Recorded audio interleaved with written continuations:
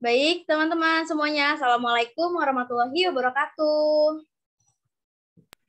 Waalaikumsalam warahmatullahi wabarakatuh. Apa kabar teman-teman semua hari ini? Baik, Bu. Baik, Bu. Baik, Ibu. Alhamdulillah sehat. Baik, Alhamdulillah. Semuanya sehat. Oke, teman-teman. Sebelum kita memulai pembelajaran, alangkah baiknya kita berdoa terlebih dahulu. Untuk Denisa, boleh memimpin doa? Boleh, Bu. Untuk teman-teman semuanya, sebelum memulai pembelajaran pada hari ini, alangkah baiknya kita berdoa. Berdoa dipersilakan. Berdoa selesai. Oke, teman-teman. Sebelumnya, Ibu absen dulu ya. Kita lihat di sini siapa yang sudah hadir. Yang pertama ada Rasya Agustantia Putri. hadir Bu. Agustina. Hadir, Bu. Angel Veronica. Hadir Bu. Denisa Rizkia Putri. Hadir, Bu. Emma Multazama. Hadir Ibu. Fajar Nugroho. Hadir Bu. Ikhlas Sulabit. Hadir Bu. Muhammad Septian. Hadir, Bu. Muhammad Ivan. Hadir, Bu. Novia Tasya Amanda. Hadir Ibu. Ramadan Ainur. Hadir Bu. Halo Pak.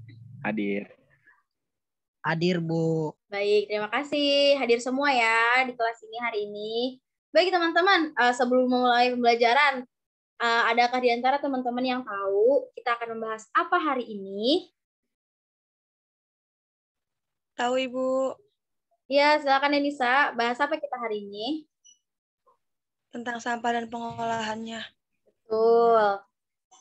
Hari ini kita akan membahas tentang sampah dan pengelolaannya. Oke, sebelum memulai materi, Ibu akan share screen tentang video tentang sampah. Disimak ya teman-teman semua.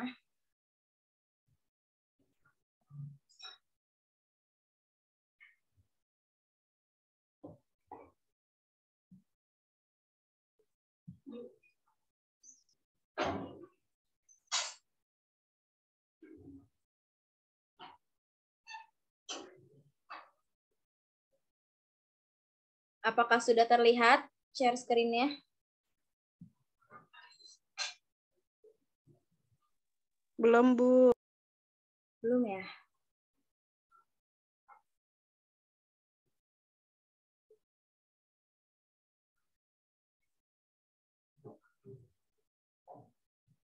Oke, sudah terlihat? Sudah, Bu. Sudah Baik, Bu. kita simak ya video. Sudah Bu.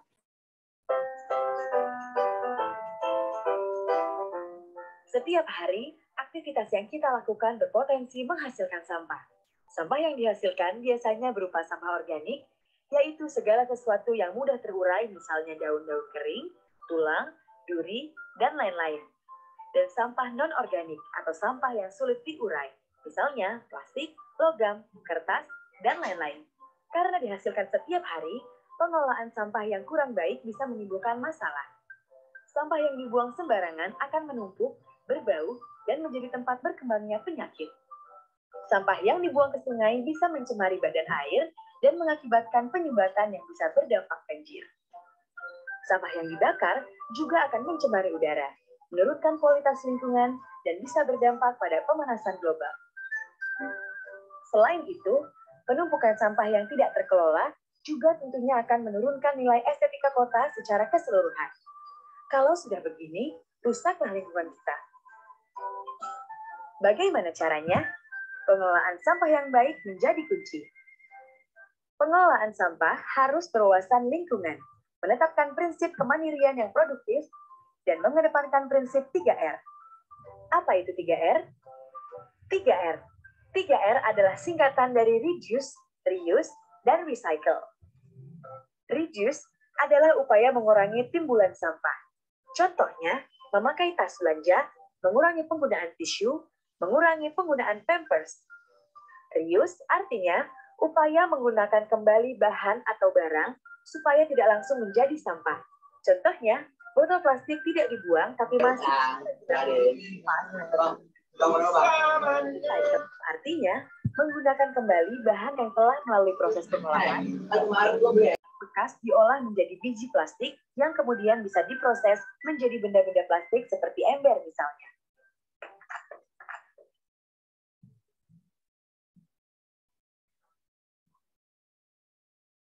Nah, baik teman-teman, berikut tadi merupakan sepenggal video tentang sampah. Di antara teman-teman, adakah yang bisa menjelaskan kembali apa itu pengertian dari sampah?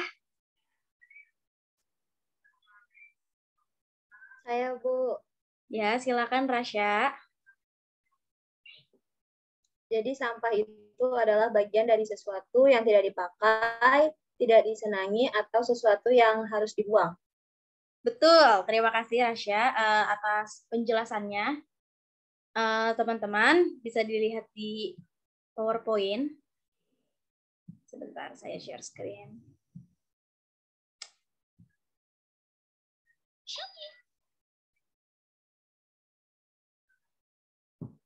Sudah terlihat teman-teman PowerPoint-nya? Sudah, Bu. Sudah, Ibu. Sudah, Bu. Iya, teman-teman. Jadi hari ini kita akan membahas pengolahan sampah organik dan non-organik. Seperti yang tadi yang sudah dijelaskan oleh Rasya ya, sampah itu semua material yang dibuang dari kegiatan rumah tangga, perdagangan, industri, dan kegiatan pertanian. Bagian dari sesuatu yang tidak kita pakai, tidak disenangi, atau sesuatu yang harus dibuang, yang umumnya berasal dari kegiatan yang dilakukan manusia. Nah, termasuk juga kegiatan industri, tetapi bukan yang biologis ya, teman-teman. Baik, teman-teman, di slide selanjutnya yaitu ada sumber sampah. Sumber sampah itu ada dua, teman-teman, yaitu dari sampah domestik dan sampah non-domestik. Sampah domestik itu sampah yang berasal dari rumah tangga dan pemukiman. Sedangkan sampah non-domestik yaitu sampah yang berasal dari perkantoran, industri, pariwisata, restoran, dan pertanian. Oke, di antara teman-teman, ada yang ingin membacakan tentang sampah anorganik?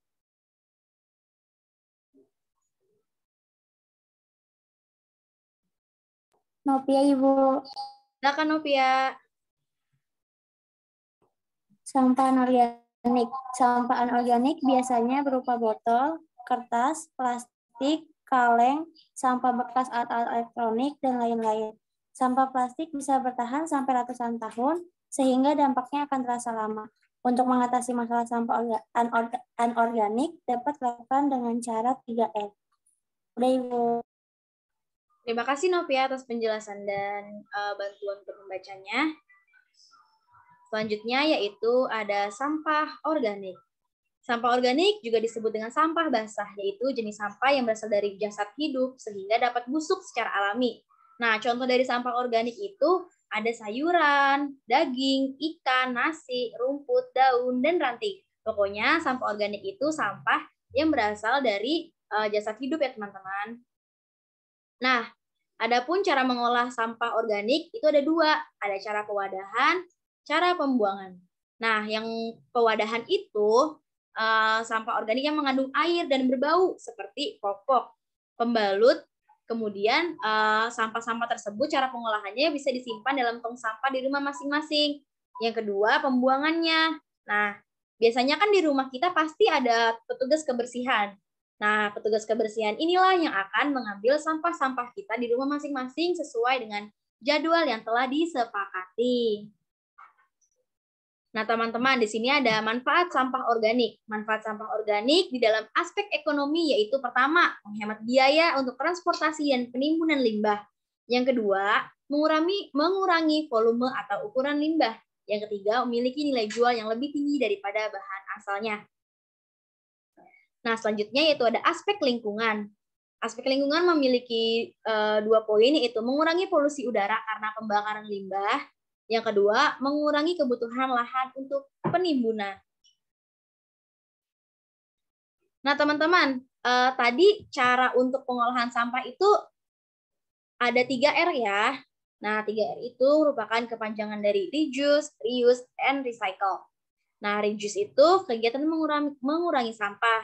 Jadi teman-teman nih, kalau misalkan belanja di minimarket, itu usahakan untuk membawa kantong belanja ya teman-teman, untuk mengurangi penggunaan plastik. Nah, yang kedua ada reuse, yaitu kegiatan menggunakan kembali. Misalnya, kertas bekas untuk dari catatan atau produk berupa botol. Nah, reuse ini bisa diolah seperti misal menjadi tempat pensil dari botol atau tas dari bungkus sachet kemasan. Dan selanjutnya itu dari recycle. Recycle itu kegiatan mendaur ulang. Bisa teman-teman lihat ya, misalnya memanfaatkan ban bekas untuk pot kembang atau mengumpulkan kardus atau kertas dan dijual kembali ke bank sampah atau ke pengepul. Nah, ini bisa jadi partisipasi dalam kegiatan bank sampah-sampah lain. Baik, teman-teman. Berikut tadi merupakan penjelasan tentang pengolahan sampah dan 3R ya, teman-teman. Ibu akan kasih penugasan ke kalian, yaitu untuk kalian jangan lupa dikerjakan LKPD yang telah Ibu berikan, nanti akan Ibu kirimkan lewat WhatsApp. Dan juga kalian membuat karya dari 3 dimensi yang menggunakan bahan-bahan sampah, karena ini bisa menjadi kontribusi kalian untuk mengurangi sampah-sampah yang ada di rumah tangga. Dan jangan lupa kirim peta konsep ke Ibu tentang pengolahan sampah. Kalian bisa kirim tugasnya melalui WhatsApp dan Telegram dengan format nama dan kelas. Oke, selanjutnya ada yang ingin ditanyakan tentang sampah dan pengolahannya? Atau dirasa cukup? Cukup, Bu. Sudah paham. Ya, yang lain sudah paham? Sudah, Bu. Paham, Bu. Sudah. Baik. Untuk menutup pelajaran hari ini, mari kita berdoa kembali kepada Denisa. Boleh dipimpin doanya untuk menutup kelas hari ini? Ya, untuk teman-teman semuanya, sebelum mengakhiri pembelajaran pada hari ini, alangkah baiknya kita membaca hamdalah. Alhamdulillah. Alhamdulillah. Baik, terima kasih teman-teman atas pembelajarannya hari ini. Semoga ilmu yang diberikan bermanfaat untuk kita semua. Amin. Sekian dari saya. Wassalamualaikum warahmatullahi wabarakatuh. Waalaikumsalam warahmatullahi wabarakatuh. Terima kasih, Bu.